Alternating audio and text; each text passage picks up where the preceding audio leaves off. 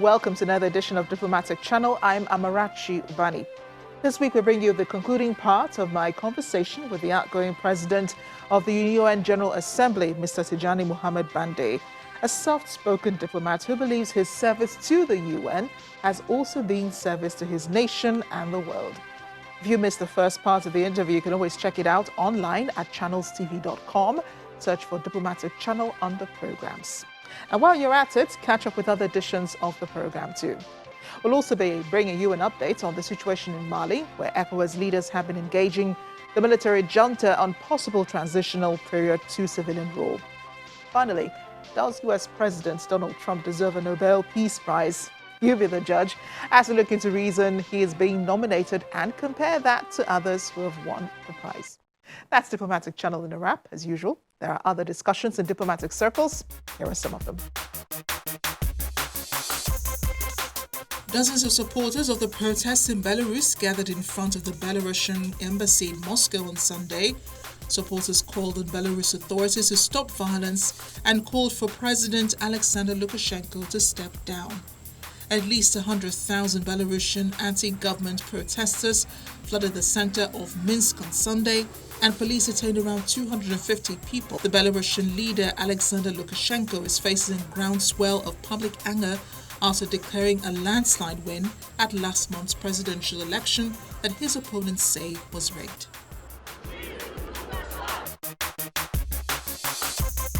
Israeli Prime Minister Benjamin Netanyahu says Bahrain's agreement to normalize ties with Israel marks a new era of peace after US President Donald Trump announced the New Deal.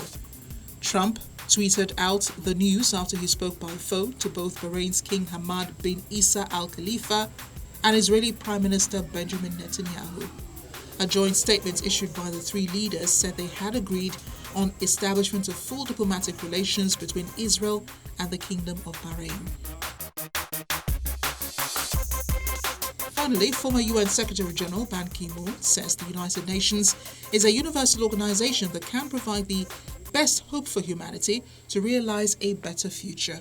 He was speaking ahead of the 75th anniversary of the UN's founding. United Nations provides and gives the best hope for humanity in realizing their dreams for a better world, better future. The United Nations Charter has three main pillars: maintaining international peace and security, sustainable development, and human rights for all. These can be realized only through the United Nations, which is the universal organization established by whole world's people. Last week, Mr. Muhammad Tijani Bande gave us insight to his work at the UN and how the organization has thrived for 75 years. This year, he presides over the 75th Assembly, which opens on September 15th, his last outing as PGA, while the high-level general debate begins September 22nd. This year's meetings are different, as they would be holding both virtually and in person, with world leaders sending in speeches or speaking remotely. But if they choose to come to New York, they can, but with a restriction of the number of people allowed in their delegation. And now let's hear more of his thoughts on other global issues. So I want to talk about some of the other issues that have sprung up, even in under your presidency. The explosions that happened in Lebanon and, all of the relief efforts going on there. We've seen France, especially at the forefront of helping to rebuild Beirut. The French President Emmanuel Macron has been there twice already, trying to hold leaders accountable. And then there's also been, the coup in Mali, where the military is still in power and still negotiating with the opposition right now to secure a transition government, which they say could happen in about 2 years or so, even though, the regional power ECOWAS wants it to happen within a year. Where is the UN in the Lebanon crisis and in what's going on in Mali? Well, the UN has been in each of the places you have mentioned.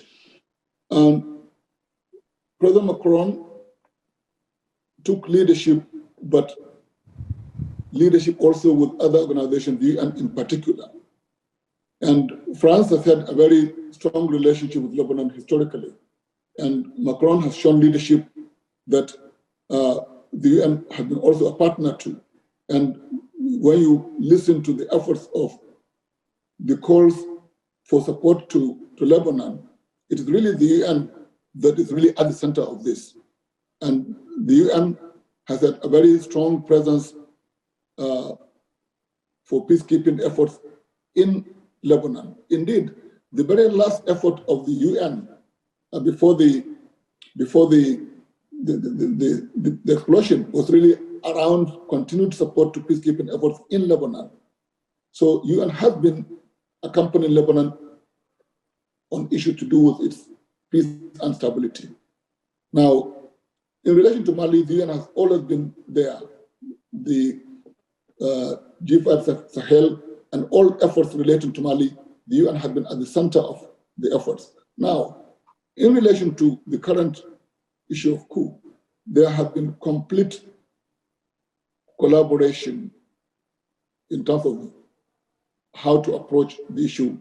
Both ECOWAS, which has taken leadership because of the principle of subsidiarity, and the AU have worked also with the UN to put the idea that unconstitutional changes of government must be discouraged.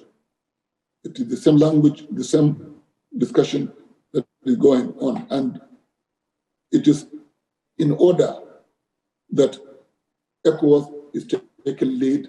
And even today, I'm sure this is one of the issues to be discussed, but there has been very fine, very strong collaboration among ECOWAS, obviously AU, and the UN on Mali and relations and matters relating to changes of government outside constitutional means. The Boko Haram crisis continues in northeastern Nigeria.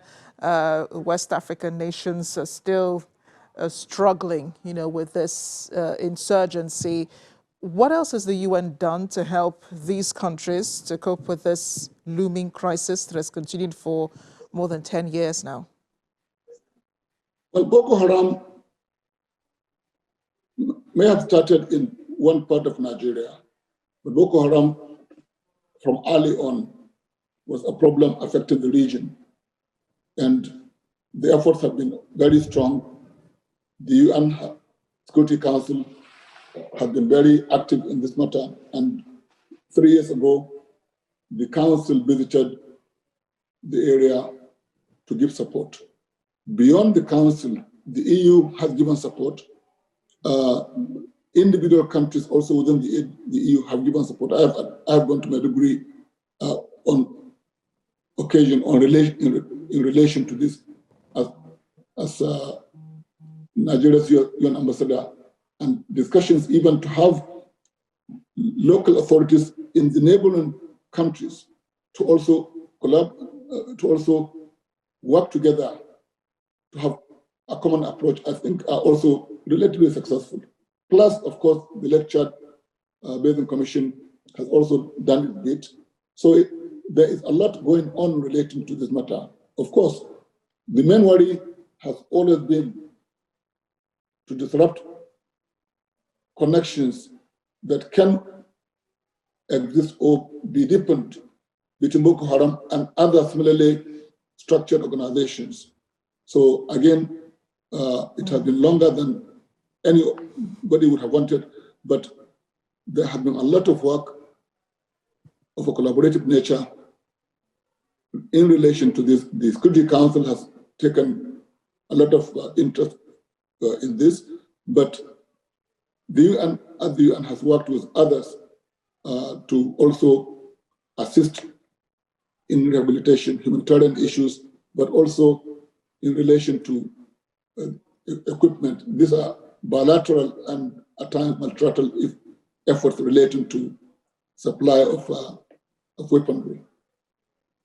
And it's a big year for the UN, 75 years since it was established.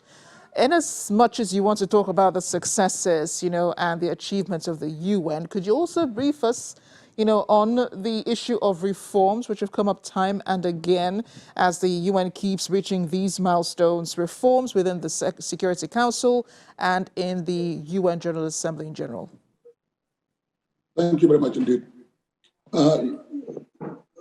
75 years is an important milestone for any organization.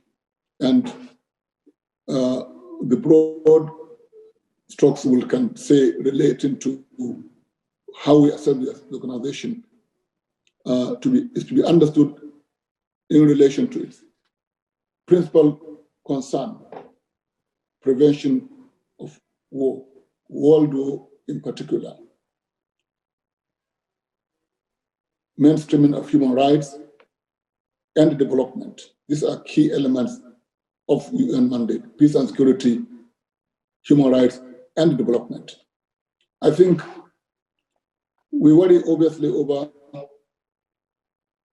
continuing conflict in parts of the world, some going on for a long time.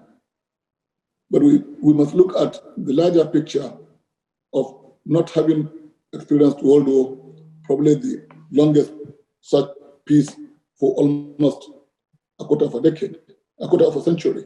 This is absolutely important. Now, when you look at weapons of war that can create problem for humanity as humanity that are available in different parts of the world, and to see, despite our worry, and there are worries concerning a new arms race, we have not had, since the establishment of the organization, any new world war. This is important. We have protocols to limit development of weapons of mass destruction, though we struggle with success in that front as well. Now, the issue of rights, I think the United Nations has given leadership in mainstreaming rights, equality issues, and non-discrimination. Obviously, any African president of the Assembly must mention the importance of the United Nations in supporting decolonization, in supporting the struggle against apartheid, in the whole notion of equality of human beings and non-discrimination. So this is extremely important. The whole idea of rights of men and women, of religious groups, of cultural bodies. This is important. Development is also important because the United Nations has given a lot of support to countries' technical capacity building in dealing with the public services, in dealing with how to structure trade, how to relate to the world. So again, social and economic development issues are extremely important for all countries, and the United Nations has given support in these areas. Obviously, there have been failures in relation to say Rwanda, that the United Nations has not worked hard enough or quickly enough to prevent the genocide or to stop it once it was known, because there were signs of this. We obviously worry over the long-drawn battle in the Middle East. Again, these are some of the limitations of an organization in which we do not have a world government. We are still dealing with 193 sovereign states. So to get to action has been an issue. But by and large, there has been consensus over the questions that are fundamental to the organization. So we have a lot to celebrate concerning the organization. We have areas where we have learned and are still learning lessons. Then to your question relating to reform, I think the General Assembly has been reforming in terms of its methods of work and is still pushing to find means of having more consensus in the decisions it takes to also have decisions more widely adhered to. The Assembly deals with really all matters of importance to the global community, from climate to education to health to what have you. Now, Indeed. the Security Council, the Secretariat has also been reforming. You have seen we have a different way of having, say, resident coordinator system. We have different ways of connecting to countries. There have been more efficiency measures in the Secretariat and many other things relating to how the Secretary General is elected and stuff like that. In terms of the accountability of Council to the Assembly, again, these are there. Coming up after the break, the US president is nominated by a member of the Swedish parliament for the Nobel Peace Prize. Stay with us.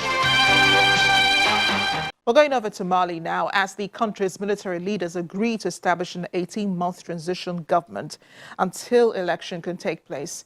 They say the interim government would either be led by a military officer or a civilian.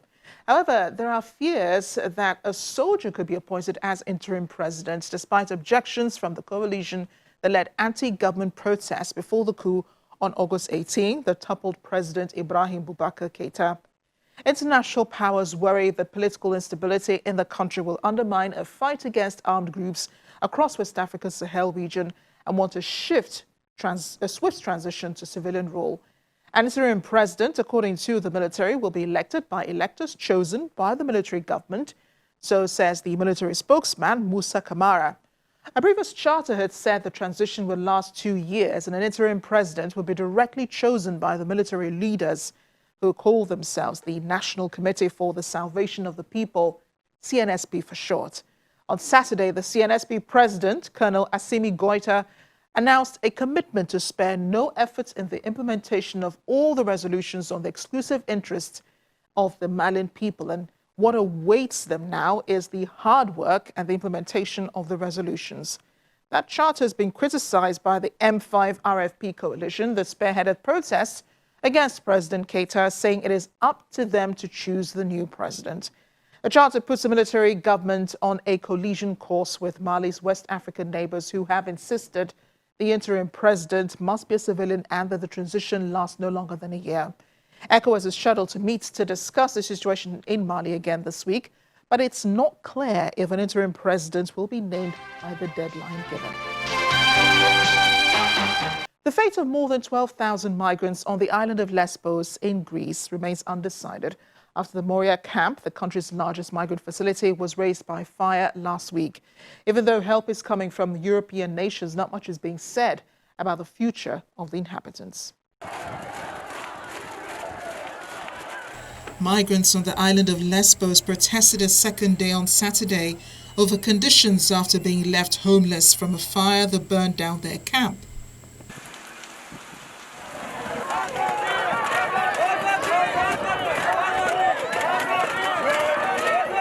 Thousands have been sleeping rough since flames swept through the island's notoriously overcrowded Moria camp early last week. Among the protesters were small children, also carrying placards.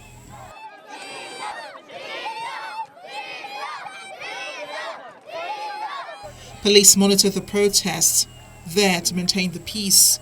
Authorities were preparing hundreds of tents to shelter migrants who woke up for a fourth day on the streets on Saturday.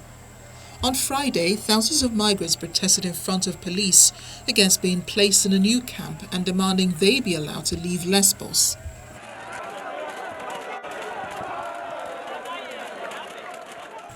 Greek authorities, with the help of aid agencies, prepared to shelter migrants left homeless from the fire. The tents, flown in by helicopters, were being set up by the country's military. While about 200 people are checked in at the new camp, dozens of families still queued outside, waiting for hygiene and safety checks on Saturday. There were even reports of police fired tear gas at protesting migrants reportedly near the temporary camp built by the Greek authorities. Also, that there has been strong resistance from Lesbos Island's permanent residents for a new camp, and they have been blocking roads to stop aid deliveries. The UN Refugee Agency, the UNHCR, which has supported the Greek government with resources and aid, estimates 11,500 asylum seekers were in Moria camp before it burned down. Among them, 2,200 women and 4,000 children. Since the fire, many, most of them from Africa, Syria, or Afghanistan, have been living on the streets without any shelter. Meanwhile, EU and Greek officials say a new facility would be built on Moria with higher standards. Germany is assisting with trucks carrying blankets, tents, sleeping bags and sanitary containers. A government spokesperson says the government has decided it will bring aid supplies to Moria in Greece to support a new refugee camp. Aid groups have long criticized conditions at the camp, which has hosted more than 4 times its stated capacity. Long before the COVID-19 pandemic, it was frequently singled out by rights groups for its squalid conditions of people stacked in tents, overflowing sewage, and fights over food.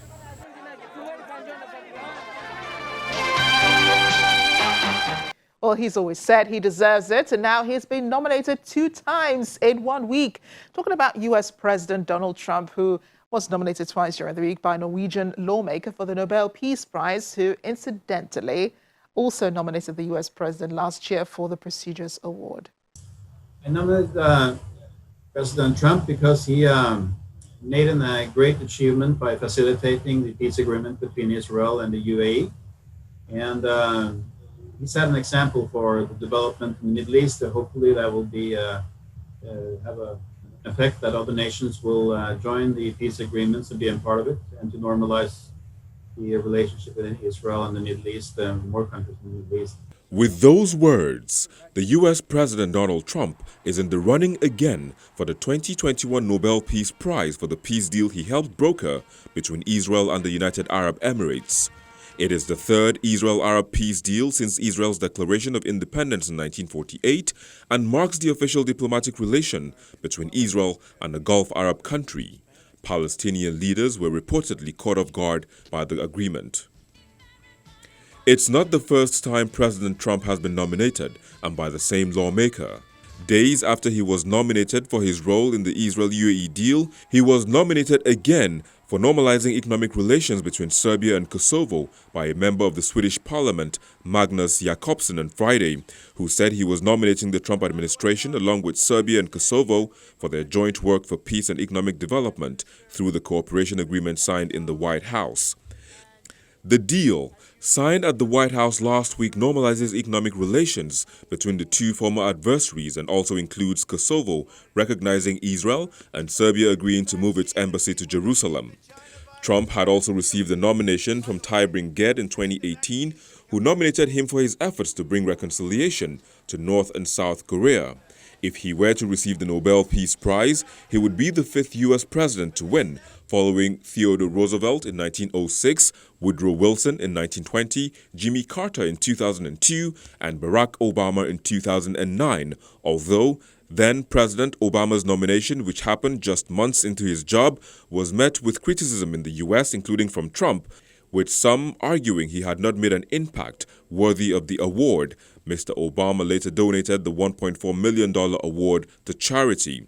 Others who have won the coveted award include Martin Luther King, Nelson Mandela, Mother Teresa, Congolese doctor Dr. Denis Mukwege, who is currently placed under the guard of UN security forces in the DRC after receiving death threats for condemning a massacre, and Ethiopian Prime Minister Abiy Ahmed for his efforts to achieve peace and international cooperation, and in particular for his decisive initiative to resolve the border conflict with neighboring Eritrea.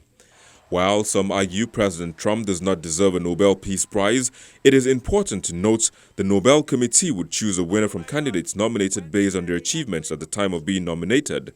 Needless to say, it is arguable whether those achievements stand the test of time. But if the Nobel Committee considers Trump's candidacy, then he stands a chance of winning the Nobel Peace Prize in 2021. This year, however, 318 candidates were nominated, of which 211 are individuals and 107 are organizations.